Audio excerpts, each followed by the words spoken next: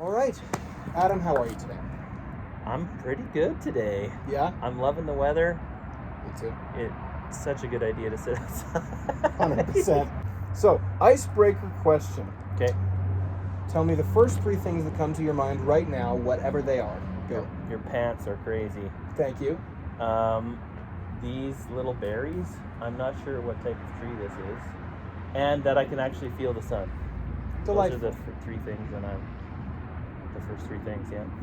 Very good. Second question. What was your faith like as a teen? Oh. Well, to answer that question succinctly would be hard. I'll preface it with this. I didn't have a quote-unquote rebellious phase that a lot of teens have, like intentionally not doing what my parents have asked or starting to party and hide, all that stuff. Yeah. Didn't have that. So my faith journey, because of that, felt strong, but it actually wasn't super tested, Right. which is interesting. So it's both and. I had a pretty strong character at a young age, but it hadn't been refined. Right. So I struggled with a lot of pride when I was younger because I did a lot of the comparing from, I'm not doing what you're doing, therefore I am doing better than you. Right? Yeah. And that took a while to unravel in adulthood. Yeah. But my teen years, faith-wise, was very blessed. I had deep encounters with the Lord. Yeah. Like monumental stuff where a lot of teens struggle with the reality of if God's real. Yeah. I had a pretty short window of that because it was just like, I can't deny what I've experienced. 100%. So overall, I'd say it was really, like your question was how was my faith, but like overall my teen years were awesome. Yeah. I had a ton of fun, great people. Mm-hmm. But yeah, some of me was in the clouds, for sure. Yep. Cool. Third question. What led you to nursing before you went into worship and pastoral ministry? I'm glad you know me. That's great. So my wife, Karina, struggles with chronic illness. Right. Has for how many years now? 22.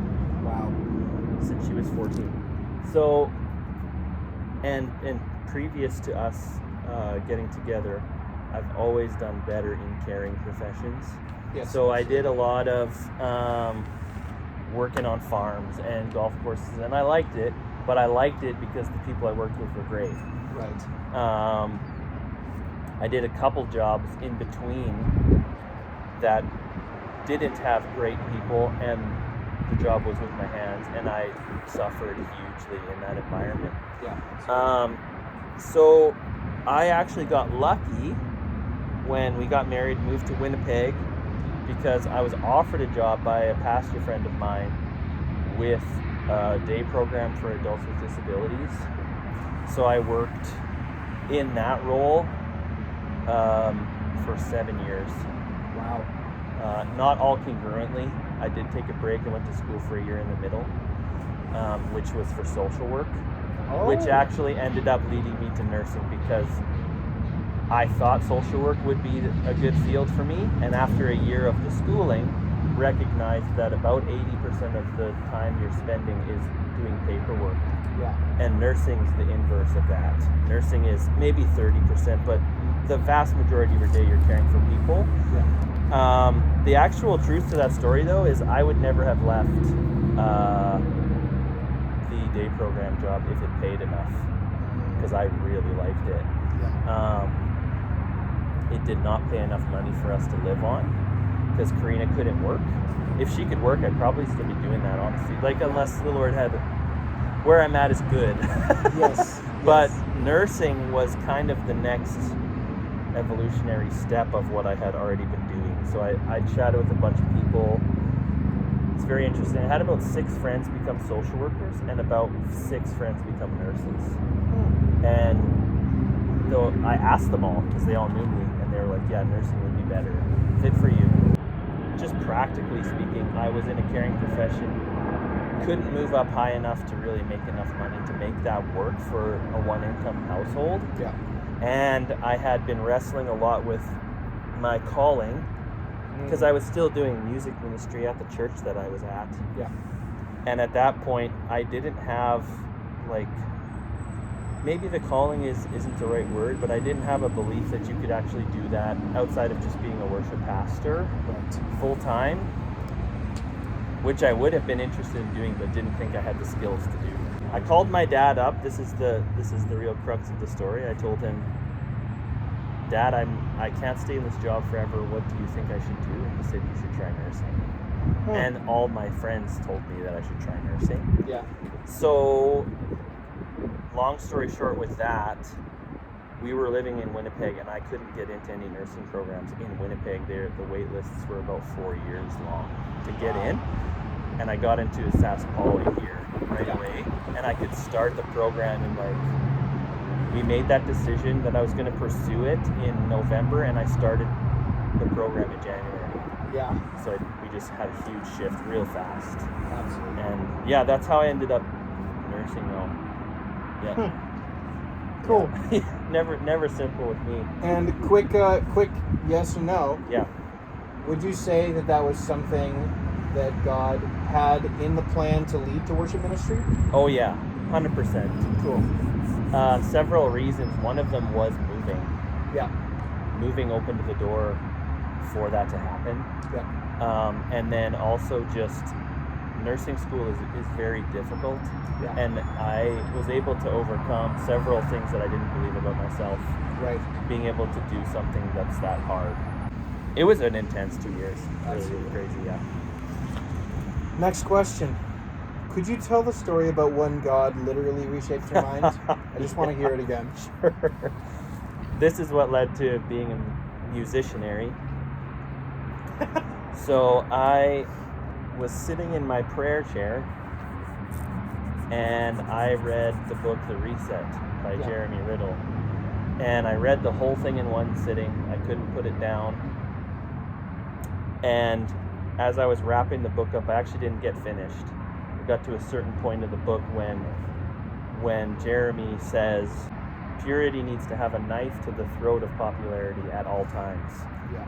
Which is basically just saying popularity will kill you if you lose your purity. Yeah.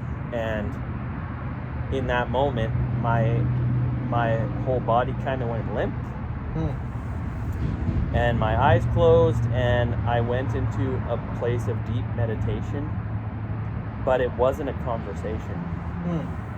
I felt the hand of God moving my brain around. Yeah. Because it was such an emotional, feelings-based thing. Yeah. So a guy like you, maybe, if you're like at the gym and you give it absolutely everything you've got on your last rep, and then you kind of slump, and you kind of have this like seeing stars moment. Yeah. That's how it felt. Wow. So I felt like that, like I feel great. Yeah. But I'm not on any kind of drugs Yeah. right now. And I'm not talking, but I know God is right here. Wow. And you kind of have this like healthy fear, like all your hairs are standing up, but you're at peace. It's a weird, really weird spot. Yeah. I saw a picture of his hand moving my brain, and then I felt it, Right. which I can't describe it any other way than that. And then I woke up, so he didn't talk to me, but I woke up and my thoughts were different than they were before. And I just knew that I was supposed to raise up worshipers. So that never got spoken to me. He just changed my brain, and I woke up with these new thoughts. And I thought that process was like an hour or two. That's how it felt. Yeah. But it was 2 full days long. 2 full days. I didn't remember that. So I didn't eat, use the washroom, get out of the chair, drink water for 2 whole days. And Karina, my wife, came into the room several times, but she felt the presence of God, and she knows how to recognize that. So she wasn't worried. She's like, Adam is meeting with the Lord right now. because normally you don't like drink water or pee for 2 days. That's not good. That's Yeah. a bad thing. So that's how that went. I happened to wake up from that. I can't remember exactly, but it was late into the night, like midnight, 2 a.m. Yeah. Didn't know what time it was. Went straight to the room to tell Karina what had just happened. She was out of it. Yeah. And then I just kind of just like word vomited on her for hours. Like, this is what this is what the Lord has given me. This is what I know I'm supposed to do. Like, legit crazy person stuff. Yeah. And from that day on, like, I kept nursing for a couple months, but we made the transition after about a month, and I started building up worship opportunities and fundraising and scaling down my shifts. The nice thing about nursing is you can just stop picking up shifts if you're casual, which I was. So I just stopped picking up shifts. And but yeah, that's a very formative moment that I can't really explain any better, and nobody could really share. Like, it's a testimony that's mine and very unique. And it sounds so biblical. It does. It sounds like crazy in a biblical way, where it's like I felt the hand of God in my brain. Yeah. People are like, what? Especially the like, and I didn't hear anything from him. My thoughts were just changed supernaturally. Yeah, we weren't having a conversation. No. Well, I shouldn't say that we weren't having a verbal conversation. There was something else going on. Yeah. But I was in that deep awe and wonder space of, I'm just gonna let you do your thing. Yeah. That was that. Yeah, it's crazy to remember it. Beautiful. Yeah, it was. Well, thanks for sharing that again. Yep. My next question, because this is a whole assignment about how you have helped shape my life as well, and how you've affected me, influenced me, mentored me. Mm-hmm. My next question, what is one thing you wish you would have known or tried at my age? Now, I'm 20 years old. Yes. When you were 20, what is one thing you wish you had known or tried? I don't know if you'll like this answer. Okay. Counseling. Okay. Like, getting counseling from a professional counselor has changed my life, like a faith-based counselor. Right. To deal with the intricacies of how saturated our lives are with faith and intermeshed, and how troublesome our understanding of grace can be within that, because we're unintentionally not allowed to struggle, Right. at least not openly, and that's not actually human experience. So having the space with a counselor who I'm not leading, or the only part of our relationship is they're serving me, Yeah. which sounds incredibly selfish, right? Yeah. It has been transformative for me, and I would have, at your age, I would have actually said it was wrong, Right. probably. And why would you have said it was wrong? Because I think at that time there was so much stigma around counseling, and it was something that broken people need, not people who have Jesus, which makes no sense. No. But that's 16 years ago. Yeah. For me, there was a lot of things back then that were... I'm not all about this whole woke stuff that's going on, but it has opened up a lot of doors for people to be vulnerable with each other, which is 100%. beautiful. 100%. And those inner thoughts need to be shared. And even in our marriage, it's important for us to, we get couples counseling, and I meet with my pastor who counsels me, and I have a confession community with Sean and Matt and Tyler that we do every month, and we take communion. So I have 3 different layers of things that are pouring into me outside of all the stuff I'm doing. So those are things I would develop younger if I could. Thank you very much. Yeah, I man. appreciate that. Yep. And it's not selfish. No, it is good to get the help you need, Yeah. and it is good to improve. Yeah. And I think that's a huge part of counseling. So what you were saying before you gave your answer was that you might not like this. I do really like that. Mm-hmm. One of the things that's been a huge focus on my life lately is like being able to take help. Yes. Yeah. You know? Yes, exactly. Last year, it was a huge thing, just killing my pride. Yeah. Putting it down every single day at the feet of Jesus Yeah. and allowing him to humble me. And this year it's been, number one, all about servanthood and rest. Yeah. And the balance between those things, but also like accepting help. Yeah. You know, I just naturally am inclined to be like, oh no, I'm fine. Like I can just talk to God if I'm not. Yes. I do need help. Yes. So that's very much on my mind a lot. Yeah, but that resonates with me a lot. Yeah, good. So good. Next question. How do you deal with conflict as a Christian, both between you and another person and as a mediator between people? Okay. Personal conflict for me has shifted to what are the actual values and goals of the people that are in conflict. Right. And if those goals and values don't line up, it's a different conversation than the conflict. So if it's just, we need to make sure the cross is in the center of the stage all the time and another person doesn't seem to understand that, it's not, let's get this done. It's, why is this a conflict in the first place? Let's step back.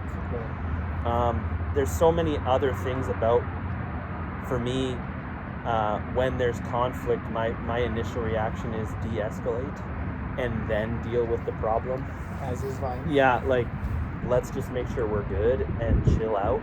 Yeah. If we need to talk about this later, however we do that. Or maybe there's something about my facial expression that's bothering you. Maybe I didn't sleep at all. Yeah. Maybe we need to eat something. All those types of things come first now. But if there's a genuine, deep conflict, so like Karina and I in our marriage where we simply just don't agree on something, I try really hard to frame it. We both try to frame it in a way that the goal is not, I'm trying to win against you, or vice versa. It's what's best for both of us in this situation and how can we get there. And then the honest reality, Jaren, is sometimes you just can't. And for me, I've been a massive people pleaser, very prideful person in my past. Being able to say, hey, we're not on the same page and we're not going to get on the same page wasn't an option in my mind. Now it's an option. And that's because of counseling. Because if I'm going to give something of myself and the other person actually isn't interested, then it's not an appropriate recipe for a relationship. 100%. The other thing too, when it comes to conflict, is it really depends on like hierarchical stuff. If I'm the boss or the leader, which generally speaking, moving on to your second question, most of the conflicts that I'm in between, I'm usually the leader of. And the hard part about that is we can usually deal with the conflict, but the actual personal journeys of both of those people are radically different, and I'm going after it for both of them. So there's usually lots of other conversations that need to happen. But just like baseline general conflict stuff, I try to make it clear that treating people less than the image of God is just not an option. So if you're just coming at someone, I'm just going to step in and be like, not acceptable, even if you were wronged, because that's not how we respond. But tons of grace. Humans being humans equals conflict constantly. And the other part for me now is recognizing that I might be able to help, but I'm not God. And I can't actually fix this. So those are some of the things. There's a lot more. Now, just to get into a little bit of minutia, sure. Within that, would you or how would you change how you do that if the people that you're mediating between aren't Christian?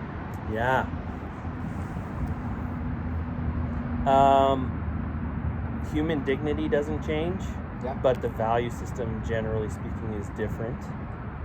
The type of conflict that I would be in the middle of with people who aren't believers is usually a lot less complicated, to be honest, because there's not a whole bunch of discipleship layers happening. It's like I went to the bus stop and these two people aren't getting along. And that's happened a lot of times when I lived in Winnipeg. And usually it just, honestly, to de-escalate it was to just say, hey, we're all here and we can see you guys, what's up? You're not all, just be like, hey, we're here. And then there's also times we lived in Winnipeg where it's like, hey, I can't do anything. This is dangerous, and I'm actually going to call the police. So I don't think I've ever called the police on a Christian. I'm not saying that doesn't ever happen. Yeah. But that can be how different the situations 100%. Will be. And I mean, obviously, if there's like actual criminal activity, that's a whole different discussion. Yeah. All the plan to protect stuff we've all done a million times by now. Yeah. But yeah, no, I think generally speaking, the like workplace conflict between two people who aren't believers is a radically different thing. Yeah. I find it quite a bit easier to do with. So I don't know if that answers your question. I think it does. For my next question. Yeah. What Bible verses have shaped your life, and how/when did they apply? Now, Try to keep it to 3 at the most. Okay. It can be either a verse, several verses, or a passage. Yeah. And how and when did they apply? The Romans 12 passage comes to mind all the time. Yeah. Specifically because it actually lays out a pathway for how to discern what the Lord is doing in your life. In view of God's mercy, that's what I was missing. Offer your bodies as living sacrifice, holy and pleasing to God. This is your true and proper worship. Do not conform to the pattern of this world, but be transformed by the renewing of your mind, which was literal for me. Yeah. Then you will be able to test and approve what God's will is, his good, pleasing, and perfect will. So when the Lord revealed this to me, it was a legitimate revelation. In view of God's mercy, so remembering what he did, his sacrifice on the cross for us and his mercy towards sinners, puts us in our position with him, and then we offer ourselves to him as a living sacrifice, and this is pleasing to him, and this is what worship is. Yeah. When you're in that place, so you recognize who he is, and you're worshiping him, then you do not conform to the pattern of the world anymore. Then he can transform your mind. Right. Then you can ask him what to do. It's a lot of ends. So many of us struggle with testing and approving what his will is, his good, pleasing, and perfect will for us. That's the 5th step. Yeah. And he showed that to me just in the last 6 months, because I have tons of discernment questions all the time. Mm-hmm. And he's like, do you remember who I am? Are you living as a living sacrifice? Once we're there, now you don't listen to the world anymore. I can change your mind. Yeah. And then you can ask me what to do. Yeah. And it's like, this is so much easier. Yeah. Because by the time I get to my mind being renewed, the original question is so different. Yeah. And my peace is so much higher. When I was little, it was honestly John 3:16. Yeah. But it was that he came because he loved us, not just to save us from sin. Yeah. He came because he loved us, was like a huge revelation for me. Yeah. And then Karina and I, a big one for us is Psalm 23. It's like the classic. Yeah. He's our comfort, our shelter, all of those things, man. Like on the daily, those are. I don't go to John 3:16 as much anymore. Yeah. But this Romans passage is something that I actually am practicing currently, like all the time. Yeah. When I have something's not working, and the Lord's like, did you do the steps? Yeah. I gave you the steps. Such a beautiful reminder. Yeah, man. Question number 8, I think. Who has had the biggest influence on your life, and what was it they did or do to be that influence? Yeah, easy answer for me, it's my dad. Yeah. My dad is my best friend, has been since I was very young. Yeah. The thing that he did to me early on in life was he confidently told me he was proud of me and loved me every day. Yeah. And whenever there was a mistake, it was met with loving consequence. Yeah. It wasn't just love and it wasn't just consequence. It was always both. So he would spank me or whatever, and then he would give me a big hug and talk to me about why that happened. Yeah. When we were allowed to spank kids. But anything, he took the TV away, or whatever it would be. And that led into him trusting me because I would respect him, and he would give me more responsibility as we go. And my dad was around, and just having, like, up till now, I'm 36 now, we've done a ton of ministry together. We pray together regularly. We talk a lot. He taught me how to think, so intentionally playing devil's advocate with me often, like, well, what about this angle and this angle and this angle, which ended up becoming a big part of who I am. Yeah.